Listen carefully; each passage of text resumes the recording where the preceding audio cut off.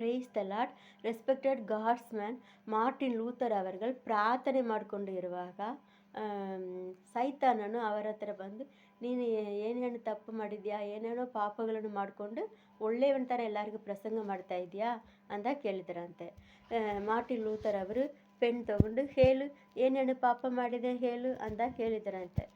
ಚಿಕ್ಕ ಪ್ರಾಯದಲ್ಲಿ ಸುಳ್ಳು ಹೇಳಿದ್ಯಾ ಬರ್ಕೊಂಡ್ರು, ಕಳ್ಳತನ ಮಾಡಿದ್ಯಾ ಅದನ್ನು ಬರ್ಕೊಂಡ್ರು, ಬೇರೆಯವ್ರ ಬಗ್ಗೆ ಹಿಂಗೆಲ್ಲ ಮಾತಾಡಿದ್ಯಾ ಅದನ್ನು ಬರ್ಕೊಂಡ್ರು.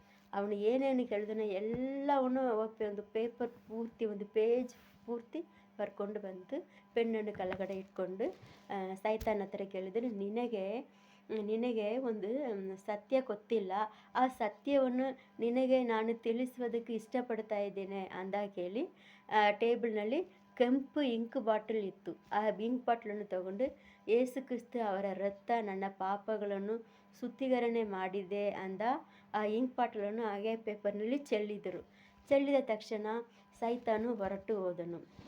ದೇವರ ವಾಕ್ಯ ಹೀಗೆ ಕೇಳ್ತಾ ಇದೆ, ಸ್ಯಾಮ್ 103:12, ಪೂರ್ವಕ್ಕೂ ಪಶ್ಚಿಮಕ್ಕೂ ಎಷ್ಟು ದೂರವೋ ಅವರು ನಮ್ಮ ಪಾಪಗಳನ್ನು ನಮ್ಮಿಂದ ಅಷ್ಟೇ ದೂರ ಮಾಡಿದನು.